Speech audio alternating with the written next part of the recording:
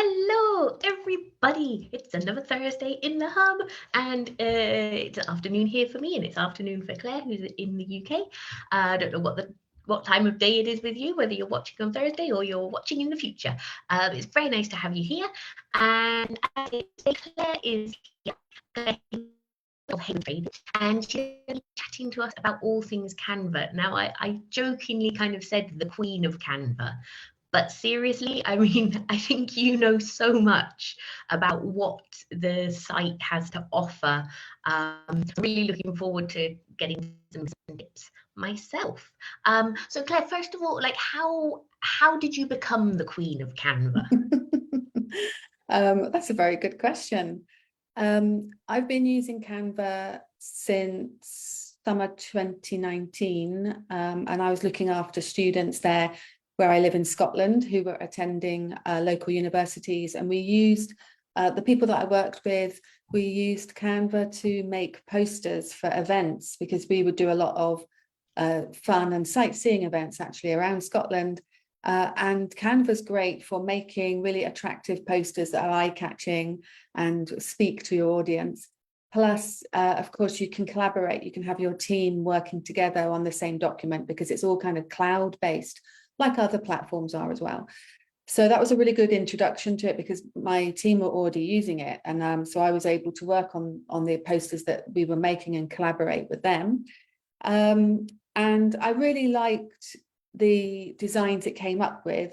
I did find it a little bit strange the way you work it. It's a lot of dragging and dropping, and at that point I didn't use other software like that. I was still sort of into Word, like a lot of us, you know, and this is a little bit different, but you do get used to it, and now it's super easy to use. And then about a year later, COVID hit and I lost my job actually, and I started to go more freelance, and I returned to Canva knowing how good it was with designs, digital designs. So I thought, well, whilst I'm promoting myself as a freelancer teacher trainer, and then later on when I started doing courses, it's a great tool for creating designs for social media. So where you want to promote what you're doing, what you're talking about. So I went back to it and I started using it a lot more frequently. And then I actually ended up doing a little short course on it because I wanted to learn even more. I could just see the potential in it. And that's how it came to last Easter. I created and developed and delivered my first Canva course online. And it came about because quite a few people, colleagues and associates were asking, or, you know, and I kept saying, oh, well, Canva will do that for you, you know, or you can try that in Canva. And that's how it sort of all came together. And about a month later at TEFL Belfast, I met people that said, oh, you're the Canva girl, you're the Canva girl. So Canva girl and Canva queen kind of came about really. And I was delighted how well the course was received, and it was popular with quite a few people doing the course because it's totally online. It's not too long, and we have 4 sessions where people can have a look at the different things that I'm demonstrating, different designs that we use in Canva in the ELT classroom, and also they can have a go. And because the sessions are spaced out once a week, you've got a week then to kind of have a play and do your homework and have a try at different designs. So it had just sort of gained momentum about a year ago that I was going to deliver this course, and hence Canva girl. So it was good. It was good, and I'm still in it, you know, still playing around and stuff with it. I mean, like you talk about how you originally used it for posters, and Stephanie commented, yep, completely eye-catching posters, really, you know, it's great on Canva. I kind of came about it with the social media side of things. I think it was probably around the time that the hub started that I started using Canva. And then you mentioned about it being, you know, at first it was tricky to get into this habit of dragging and dropping. But now, I mean, I find it so easy to use for making presentations. Like when I think back to how I used to try and do things on PowerPoint, and you know how sometimes on PowerPoint, the computer would get it in its head that it's going here. and no, you can't shift it like 2 centimeters to the left. Whereas I don't know, Canva just seemed much more responsive to those sorts of formatting options. Yeah, absolutely. I like it for the same reasons. And I suppose that you do have that opportunity to sort of play about. And I'm that sort of person that does do that. I'm a little bit of a perfectionist. I like to get it sort of right with different things. So you've got the opportunity to play. And in different ways, you know, whether it's as simple as different fonts or whether you're overlapping certain elements that you to make things more eye-catching, for example. And that's the two things to kind of get your head around is sort of the drag and drop using your mouse and this overlapping, this layer effect, which they'll use in web design as well, sort of a similar thing. And just getting used to that, you know, because you'll look at it and you're like, well, where's the title gone? But it might be hidden now under one of the elements, one of the layers. So it's kind of getting your head a little bit around that. But once you've started to put the designs together, I just think they look so eye-catching. They always look professional. The digital images are fantastic, and the library is immense, you know. So you've got all these different things to play with, and I guess that's why it can take some time to figure things out and see what really suits what you're looking for, the design that you're putting together, and things like color and font are part of that mix, you know. So it's kind of having a dabble with those sorts of things. I was going to say about you know, during the course, I'm trying to guide participants to the things that they want to use, perhaps in the classroom or something. It's a bit of an element of, you know, you don't know what you don't know. You don't know that Canva has these designs in there, you know, and it does have thousands. So it's kind of trying to find where everything is and find what's in there as well, which is part of it. But I did start with posters. I started with posters as well because the designs that we were doing had that lovely sort of calligraphy fonts that was quite popular then, but it still is popular. And it is really attractive to use perhaps in social designs for social events and things like that. So yeah, that's how I also got started. So yeah, there's a lot to it. I mean, you mentioned as well, like the library, which is absolutely immense. Now, I have to say, I'm a bit of a cheapskate, so I haven't paid for the pro version yet. But other than having access to lots more images and graphics and things like that, can you tell us about any of the other benefits of having a pro account? I use the free account to start with, and I think in the sessions that we hold online, I only demonstrate with the free account. I'm not here to promote getting a pro account and getting people to pay for things like that. And there's lots of us freelancers and that which perhaps are happier with the free account too. So I have actually, trade secret, I have 3 free accounts. So don't forget, you could have different email addresses and therefore more accounts and perhaps more space and things like that, because the free account has availability of 2 folders that you can store and file your designs, whereas the pro account has a few more. In fact, it might be unlimited folders. So you have that sort of opportunity to file the work that you're doing. The pro account has, and I did join it because I wanted to work on my branding as a freelancer. So it does have a branding feature, but there are a couple of small ways to get around that in the free account anyway. Also, that's really handy in the pro account. It's got the planner so that all your socials, you might create branded or similar looking designs that you want on more than one platform in your social media. So you might have Facebook or Insta and LinkedIn, for example, and through the planner, you can plot them along the calendar. That's basically what it is a fancy calendar, and you can plot on there where you want your social media to go out, tailored to your audience. You know, for example, Tuesdays to Thursdays is good time for business. You know, people are at work, so you might want to be doing a lot of LinkedIn on there, for example, whereas perhaps Facebook or Instagram you might keep for the weekend. So things like that you can plot on the calendar, and you've then got also a record of what's gone out and you can track it and things like that. So the pro account does have that feature. But on the course, I go through a free edition of that, of something else I use a lot, just a different platform that does the same thing. So again, you know, you can get around not necessarily having to pay for a pro account. The other things, there are a couple of things. You've got an extended library in the pro account. In the free account, the library of images and videos is excellent.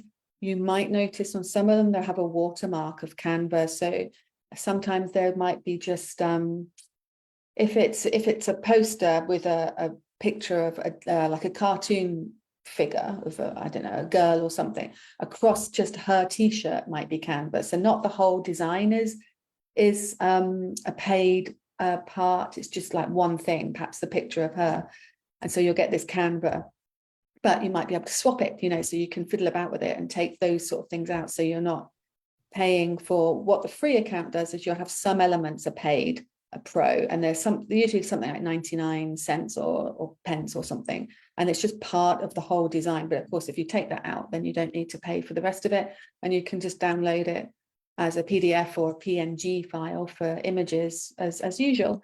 So, but I was saying, like, the pro account has a lot more in the library, and it also has a couple of features, like you can take the background out of images and things like that, which is quite handy. And I think that was one of the things I quite wanted to try.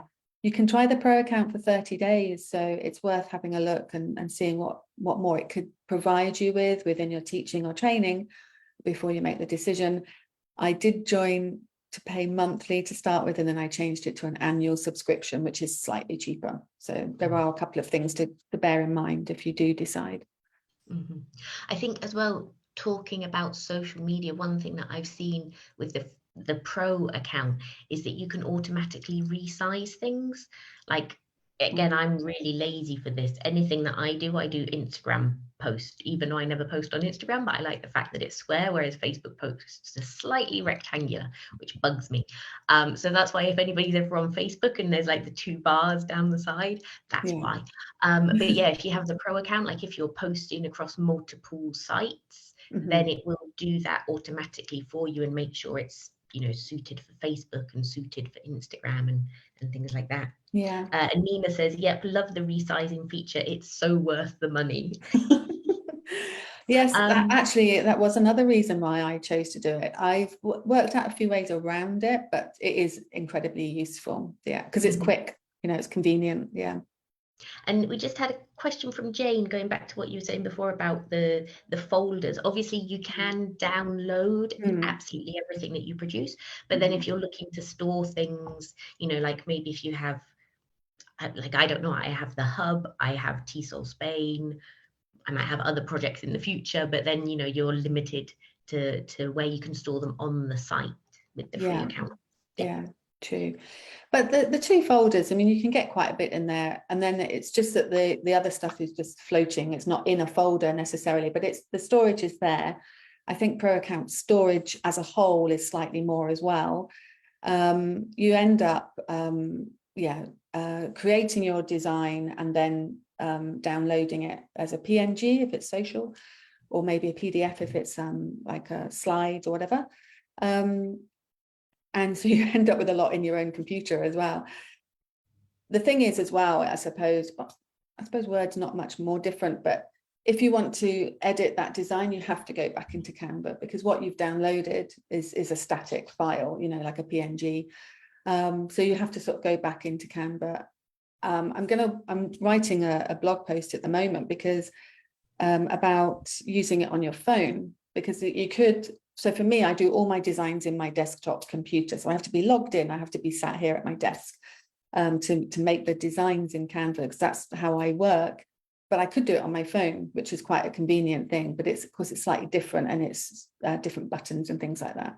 So I'm having a look at that for a blog post I'm doing this month, because I think that is really handy to have it on your phone or your tablet as well, different devices. You can just have the app. But I just feel that the full blown version on the computer is best, because then I can see everything and I can do all my you can have a design and you can replicate it and tweak it, so you might have the same photo that you use again, the same shape, like you're saying, like a Facebook post shape, but you might be just changing the font or the colors, or of course the information. But I do find it easier to use it on the desktop, but it is there on your phone if you need it.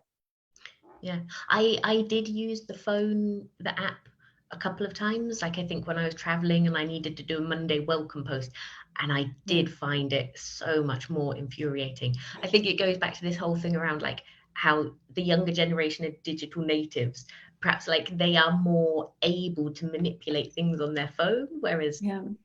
other people much prefer having it on the mouse and doing Yeah. things like that. Yeah, everybody works differently, but it's good that Canva have designed it like that, so it is, and it's your same account. So like other platforms like Google, whatever's on my phone is on my account on the computer as well, which I really like working that way. You know, it's not kind of multi-dimensional in a sense. That's really, really useful. So going back to what you were saying about the course and how kind of there's homework and you look at different elements. We've talked about using Canva for social media and making posters. Do you, on the course, do you look at making worksheets and lesson materials as well? Yeah, so that's been more of something I have discovered, more so even when I started developing and delivering the course.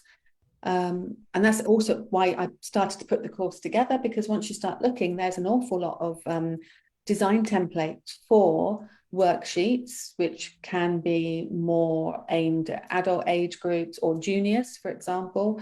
There are things like infographics. You can design infographics. How useful are they for exam prep classes?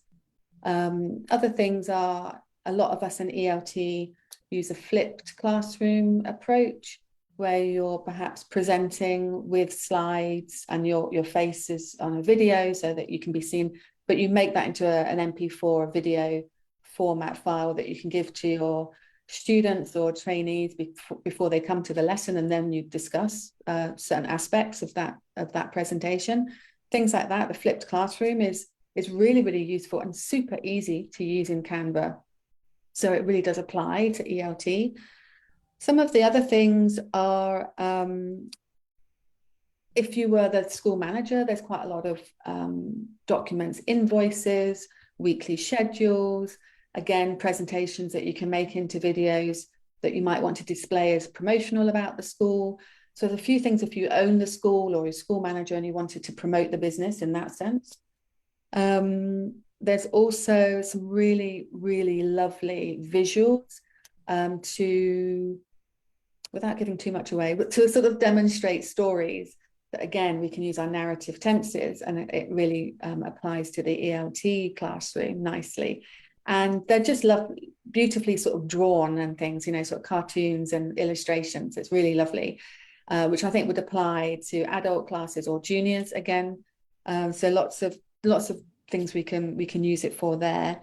And a couple of other things. There are quite a lot of sort of business looking documents. So there are reports, there are charts, graphs, and tables.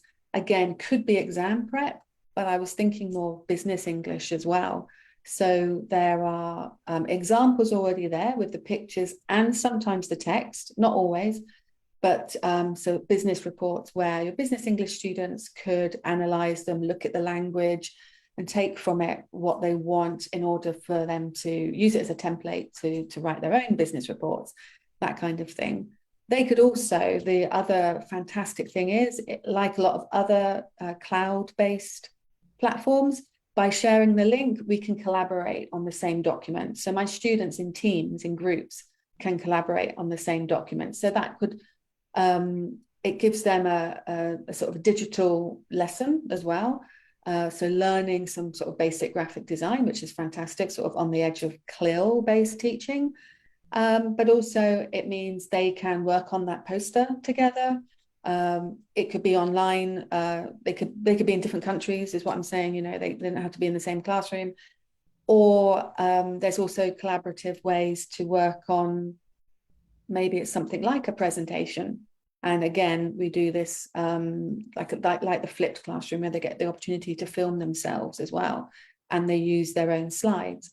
So there's quite a lot of things that we can do that our students are using Canva for. And there is an educator's account, which with certain schools you can apply to get that type of account. And the last thing I just wanted to add as well, I was thinking this week I've been working on my social media feeds for trainers in particular, not only ELT teachers, but there's lots of freelance and employed ELT trainers. And so my focus has been that this week. And something that I was talking about with a colleague is using Canva Live. It's sort of similar to, we're in Zoom at the moment. It's kind of got a similar feel to it. So when we had a look at it, I thought, actually, this would be really good for webinars. It would be really good for this kind of thing, where you might be either interviewing somebody or just one person presenting, delivering a topic that goes to lots of people, because they just have a code and then that gets them into the room. So they don't need to be a Canva member, just a code, and they can get into the Canva room to watch the webinar. So that would also be really valuable for trainers and possibly teachers as another way to use Canva, and really easily too. Wow. I know there's a lot. Yeah. No, Jane said the same, Canva Live. So it is kind of basically webinar, and you can present and Yeah. It's good. It's great because it's got sound, what do they call them? Reactions. You know, like on Zoom in the bottom menu, you've got your reactions, but in Canva, you've got sound ones. So there's a drum roll and there's clapping and things like that. So it's quite nice that they've got sort of fun stuff as well, which I'm sure our students would appreciate, but also lots of people involved in ELT would like as well. And to sort of just to summarize that a little bit further, Canva are very progressive at expanding what Canva can do for us. And I really, really appreciate that. I think it's great that they're always looking at stuff, and you'll often see beta version functions within some of the designs, because they're always designing and they're always adding, and they listen to the people that use it. And so I think it's that's ideal for us as teachers as well, and trainers. And they had an online conference last September. It was not long, 2 or 3 hours, and they were promoting the different things, and they are changing things and adding new functions. And the Canva Live has grown a bit as well, especially with the reactions and stuff that you can add, audience reactions. So I really appreciate that it's not standing still, and it's a very progressive kind of piece of software that is accessible and just easy to use at the end of the day. Yeah, that's so cool. I was thinking as well about how else I use Canva, and I found it useful for when I have online classes now. So if I do a presentation, do it on Canva, and then you can share the link with the students. So you don't have to worry about downloading a document and uploading it in the chat, and can they access it on their phones? Because, you know, if they're on their phone on Zoom, obviously when they go to look at the presentation, it turns off their camera, but at least they've got that ability to access things. So yeah, I found it really, really handy. That sort of thing sounds great. I think it's thinking about, I think a lot of us might come to Canva for social media because it is a real go-to for that now, very much a standard. But there is a lot of other things that for us as in education is really helpful. A lot of it's already made, it's there, and we can just pick it up and change it, design it, amend it to our classroom or our branding, and then it's ready to use. So I think it's just sort of finding out what's there, and because you don't know what you don't know, but it is there. You know, there's so much of it on there. Yeah, it's absolutely true. Yeah, Canva Live, I'm gonna have to check it out now. Because I remember I reached out to you a few months ago now and asked about how to do that in video recording, because I spotted it on one of your LinkedIn posts, and I was like, oh wow, that's really clever. How does that work? And it was actually so simple to do. Like, I find Canva really intuitive, user friendly. You know, you don't need to be a tech whiz to do things with it. No, I certainly wasn't. And I think because it's so easy, it's pretty quick to make things. If you need a social media post that needs to go out tomorrow, it doesn't take very, it takes time when you want, maybe you're swapping things around and changing your mind, which I'm guilty of, changing my mind and thinking, oh, I could do this, I could do that. That's what takes the time. But for a simple design that's ready for Facebook or Instagram tomorrow, it's really minutes, a few minutes, you know, to do. So that's a huge advantage. Yeah, for me, the time tends to be like scrolling to find that perfect photo that I want to use. I know. I'm the same. Yeah. So one quick question, because whenever I use an image which is within the Canva site, I don't credit it, but sometimes, you know, I'll upload an image from Unsplash or something and then I credit it. Should we be like writing on the materials kind of image from Canva, or I never know really what to do about that. I think that's a really good idea to do. I think as a Canva member, you don't have to. And the only thing to think of, and it hasn't happened to me yet, and I've been using it for a few years now, is they may change their library. So if you are using it on a regular basis and it's perhaps in a public space, like maybe a website or something, just be careful. If they take that image away from the library, then it might cause a bit of a hiccup. And then it's not sort of part of your membership of Canva. So that's the only sort of thing just to be wary of, but it hasn't happened to me yet. I think as a courtesy, Canva are providing us for free, if we have free accounts, they are providing us with a lot of material. So to credit it is a good gesture. We love Canva. we'll spread the love by doing more webinars on Canva. Absolutely. Yeah, definitely. And I think most of us are pretty much copyright savvy and are aware of what materials we make. We need to source the originals and things like that. So I think, yeah, it's only sort of a good thing to do for Canva as well. But as a member, and certainly with a pro account, as a paid member, you've got a right to use it wherever you want. So yeah. Awesome.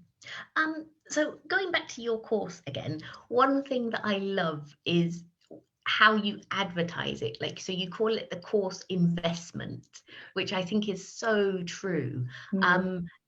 So you've been running the course now for almost a year. What's been some of the feedback that you've got from your users? Yeah, one of my favorites, because it's memorable, is that one of the participants said it just saved her time. And I can't ask for more, you know, as a trainer. That's great, because I know she's also a freelancer, and I know how our time is precious with anything that we're involved in. So that was great, because she said that she had looked at Canva, she'd tried it, but some of us have talked about it. It's become a bit of a joke that there is a bit of a Canva rabbit hole, because you start looking at one thing and then another thing, and you're in there 2 hours later and you've forgotten to put the dinner on, you know, sort of thing, and you're still in Canva. And so doing the course just gave her some focus and direction, because I was showing her some of the basic tools. I've got some pre-made videos that you can watch before you start the course, just to get the basics if you've not used Canva before. And then we're exploring what tools we can use. And we do cover social media. That is a lot of our world. If we own a business or if we're a freelancer, you'll want to be promoting what you're doing. But we also do spend quite a bit of time in the classroom and looking at how we can use it there as well, especially with materials and worksheets and things like that. So that was great to hear that it saved her time, because it was more focused, and I was showing her some shortcuts and getting her to find the tools and use them. And then more recently, it's been sort of similar feedback, that it's just great to find what Canva does, you know, because you don't know what you don't know. So you're not really aware of the extent that of the designs in Canva that could help you in the ELT classroom. You know, there are, even if you just put in infographics, there's a few thousand, you know, so any one particular thing And worksheets or things like lesson plans, again, there's a few thousand, so there's plenty of choice, but it's finding some of those designs. And Emily Bryson and I had a webinar before Christmas, and we were looking at graphic organizers.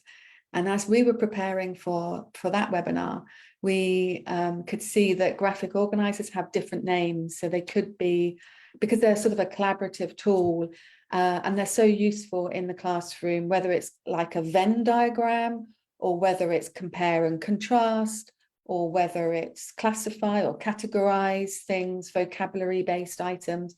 They're all there. And I think the umbrella term is graphic organizers, but there's different names for different. Mind maps is another one. So different ways of recording or having prompts for your students in the classroom.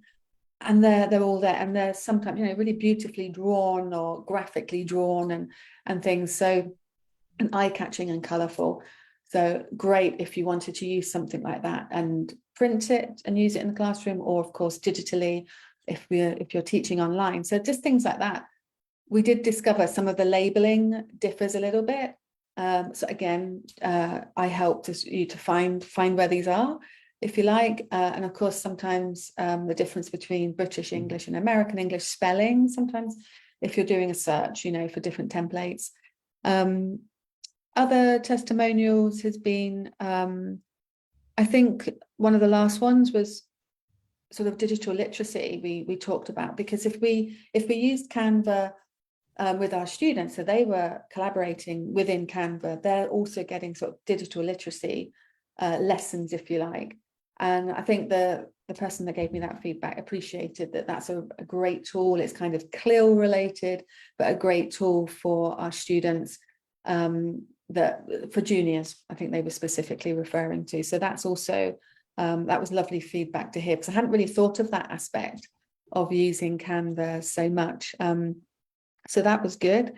And another one of the early ones was Emma, and she said about it was good to sort of go back to basics, because sometimes you stumble across Canva and you might do one little thing and download it and use it, but to go back and have like an overview of the basics is really handy, because then you get to know all the menu options and what different buttons do and shortcuts and things like that, which we go through. So I think covering the basics is really handy, because some of us might have used Word a bit, or maybe Excel, but not everybody's used things like graphic design or Adobe or web design.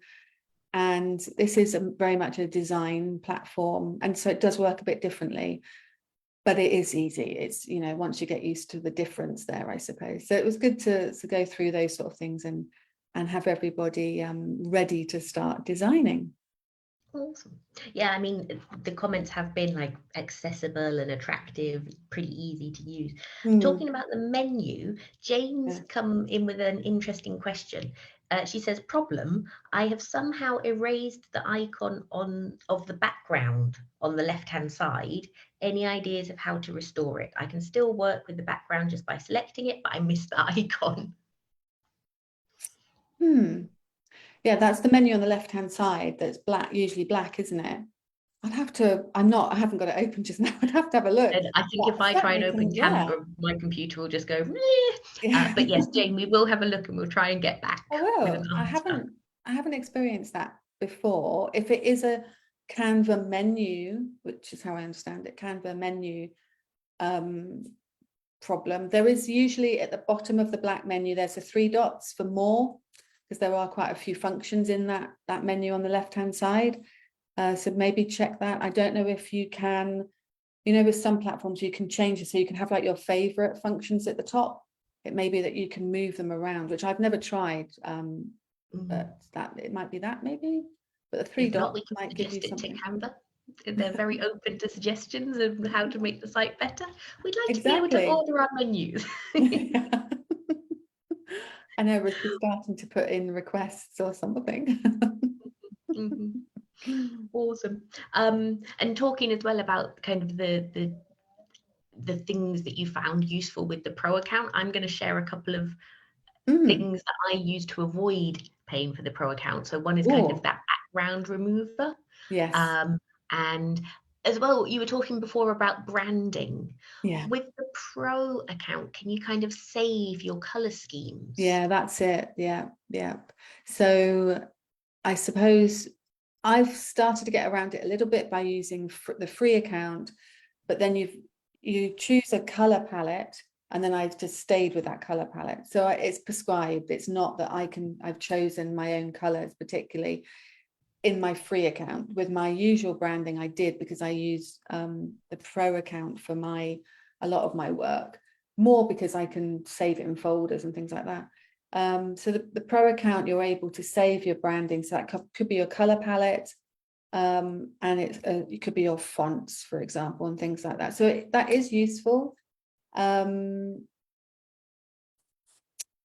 think there could be ways around it a little bit in the free account as well. But if maybe you have what you can do, if you work, so I work for a charity in south of England on teacher training, and I was doing quite a lot of their social media. So once I'd uploaded just one image of theirs, of their logo, Canva's very clever, and it remembers the color scheme. So they have 4 or 5 colors within their logo.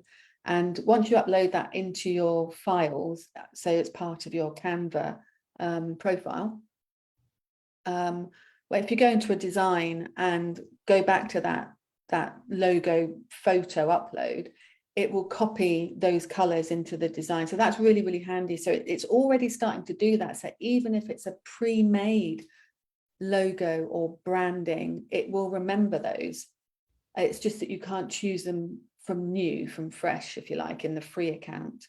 But it does it with other things as well. If you put an image, if I put an image of a seascape, or I don't know, the forest, as soon as I start looking at or using that photo in a design, Canva knows the colors of that photo, so that you can replicate it, and knowing that using the same colors again in the same design is probably more is nicer on the eye, sort of thing. So it's knowing that already, and it's doing it for you. So there are sort of ways around brand coloring if you didn't want to have the pro account. It is incredibly responsive, like you say. I mean, uploading an image, and then it will go, oh, look, you've used these colors. Do you want to change your writing to this color? So I find it really handy. No, it's great. Well, Claire, I don't know if there was anything else. Oh, when is your next course starting? So I do have a course in March, if you get your skates on, because it's starting on the 9th of March. So please get in touch if you would like to join. It is over 4 weeks, and it's an hour and a half live online session in Zoom, where we go through lots of tools and ideas, and then we can upload our work on a Padlet, like a gallery, and we can have a look and we can feed back to each other, which is really nice. During the week, that's your homework. I will set you some designs to work on, but we can collaborate through Padlet in a sense of sort of giving feedback and things. So it's 4 sessions of 90 minutes online, and it starts the 9th of March. So it'd be great if you want to come and join us, have some digital fun. Fab. I'll share a link to your site in the comments. Thank you. I put it on the original post, but we'll share it here again anyway. Thank you. Cool. Well, thank you so much for coming along today. Before we finish, what would be your 3 top tips for Canva? Oh, 3 top tips. You could stay in the free account, certainly have a play in that before you join Pro. To join Pro, do have a think about what you want your Canva account to do. Okay, so that's the first one, just think about that. But in the meantime, the free account has lots and lots on it. The second thing is it's incredibly useful for socials, and you can make all your social media posts on there and start to think when you're going to put them onto your platforms. You can keep everything looking similar, so you're getting that uniformed look, which I think is really important, which is part of your branding. And the third thing is really, there's so much for business English, exam preparation, such as the infographics that I spoke about earlier, and reports and things like that. There's so much actually in the classroom, so you can design really engaging materials for your students or your trainees, that are easy to use, reusable because you can amend them and use them again, and really engaging as well. That'd be my three things, I suppose. Fantastic. And if you want more top tips, as I said before, Claire posts lots of useful information on her LinkedIn account, so I'll share a link to that as well. And of course, she has the course starting on the 9th of March if you want to take the plunge and learn even more. Cool. Well, thanks so much for coming along today, Claire. Really enjoyed the chat, really enjoyed finding out about Canva Live and about some of the other features of the platform.